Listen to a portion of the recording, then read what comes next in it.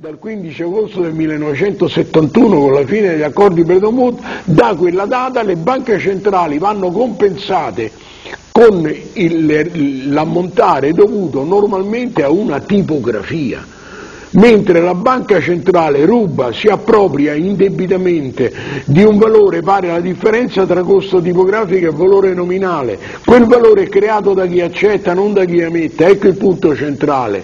Con la nostra scuola del valore indotto della moneta noi abbiamo dimostrato la necessità di cominciare a proporre e a mettere in circolazione una moneta alternativa.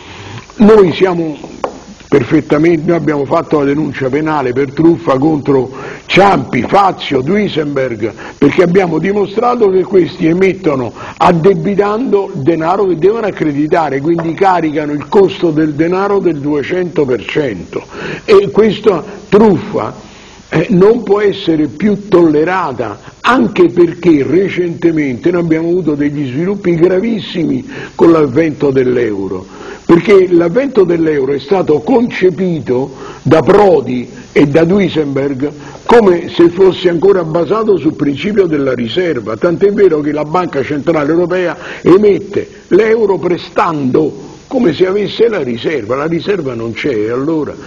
Quindi dobbiamo cominciare a capire che oggi, oltretutto, l'Europa è vittima di una manovra monetaria che noi avevamo previsto e che abbiamo pubblicato anche su diverse riviste, quindi la nostra previsione è stata...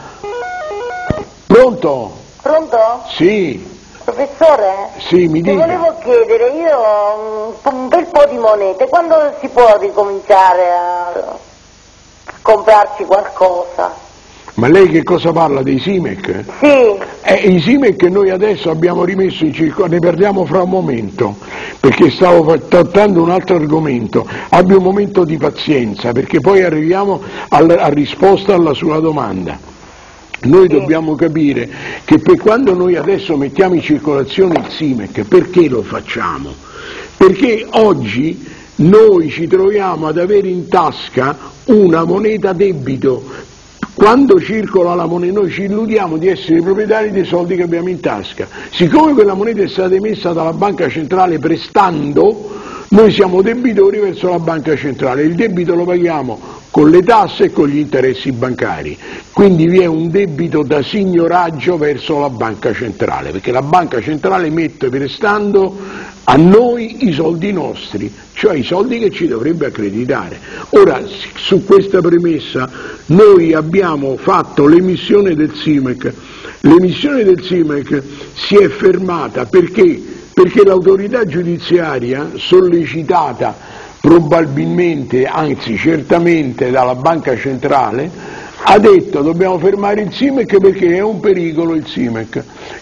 La differenza che c'è tra quello che fa Fazio, quello che ha fatto Fazio, quello che fa Duisenberg e quello che faccio io, Fazio e Duisenberg e Ciampi hanno stampato e prestato, stampa e presta anche Duisenberg, io invece stampo e do. Questa è la differenza fondamentale e noi vogliamo arrivare a creare il reddito di cittadinanza, dare ad ogni cittadino una quota della moneta, perché la moneta è creata dalla convenzione, cioè dal semplice fatto che noi ci mettiamo d'accordo che la moneta abbia valore, che nasce il valore monetario, quindi è un valore creato dai cittadini che partecipano della convenzione. Il valore indotto è il valore causato dalla convenzione. Su questa premessa rispondo alla domanda fatta dalla signora. Perché noi abbiamo avuto che il fenomeno di Guardiagrele è stato un fenomeno che ha scosso tutto l'ambiente culturale a livello mondiale? Oggi da noi in tutte le università si considerano tesi di laurea sul SIMEC e sul valore indotto creato e dimostrato con l'esperimento di Guardiagrele. Io sono onorato di questa attenzione, perché avere il collaudo delle discussioni in seduta di laurea è il massimo del collaudo a livello scientifico. Che cosa è successo?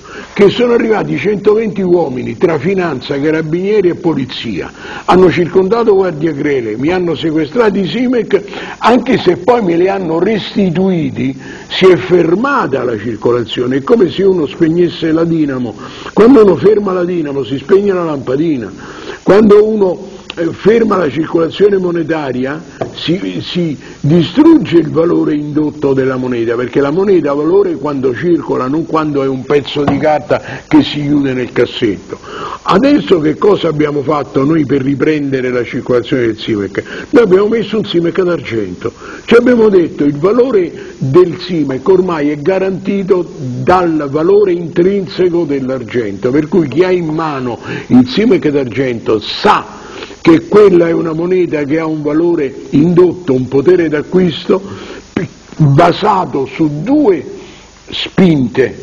Una è il valore intrinseco, che è il valore indotto causato dalla tradizione, la consuetudine tradizionale che ha creato il valore intrinseco dell'argento e dell'oro, e noi abbiamo fatto la moneta d'argento. A questo si aggiunge il valore indotto che è creato dall'accettazione da parte del portatore. Quando il portatore accetta, crea e si appropria dell'ulteriore valore di cui viene incrementato il SIMEC d'argento. Ecco che il SIMEC d'argento ha una quotazione di 200.000 SIMEC e 200.000 unità, che è una quotazione. Quindi come c'è il SIMEC di carta di taglio che va da 500 ai 100.000 SIMEC, noi oggi abbiamo i 200.000 SIMEC che sono rappresentati solo con simboli d'argento di 10 grammi l'uno.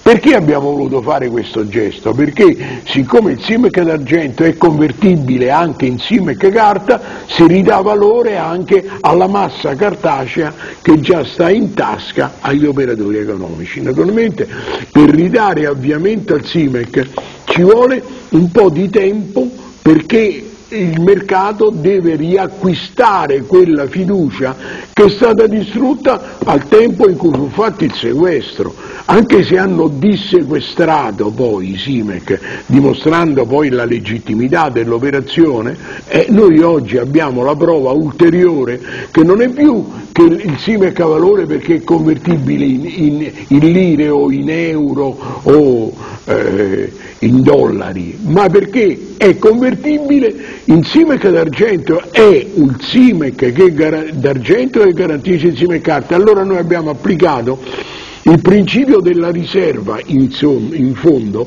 però con quale differenza? Che mentre la banca la riserva se la mette nella sua cassa, noi la riserva la mettiamo in mano al portatore, perché il taglio da 200.000 SIMEC è d'argento e circola nelle mani dei portatori, quindi è convertibile e cambiabile con i tagli minori che sono di carta. Ecco allora che noi abbiamo buona fiducia che in breve periodo si riprenda la circolazione dei SIMEC, tanto più che oggi noi abbiamo che quando noi facciamo il pieno di benzina, quello che paghiamo va a finire all'estero, perché va nelle tasche del petroliere, quindi non viene più riciclato sul nostro mercato. E allora ecco che noi abbiamo due spinte, la rarefazione e la sottovalutazione dell'euro. La rarefazione perché si prosciuga il mercato della moneta che noi paghiamo quando si fa il pieno di benzina, perché prima l'Italia esportava in America l'acciaio e con l'acciaio poteva pagare buona parte del petrolio. Chiuse le esportazioni di acciaio e l'euro, più noi facciamo i pieni di benzina, più si rende rara l'euro sul nostro mercato. Non solo, ma sì anche la sottovalutazione, perché siccome aumenta il prezzo del petrolio, è aumentato in modo enorme rispetto alle vecchie quotazioni, allora che cosa abbiamo? Che l'euro vale poco ed è raro, ce n'è poco di euro e vale poco. In questa situazione noi dobbiamo mettere sul mercato una moneta alternativa alla moneta pulita, perché l'euro è una moneta sporca come il dollaro,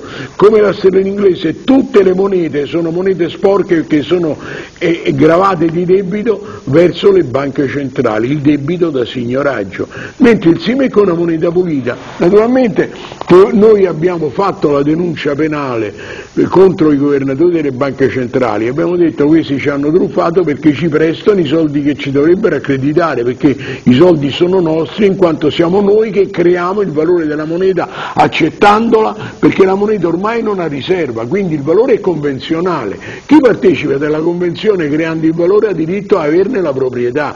Ecco il reddito di cittadinanza al quale noi puntiamo come ultima fase del programma dell'emissione del SIMEC, e questo concetto fa paura, perché naturalmente una volta che la gente capisce che è più conveniente avere in tasca il SIMEC piuttosto che l'euro, è chiaro che si rende conto della necessità di fare ormai la controrivoluzione monetaria, come la Banca d'Inghilterra.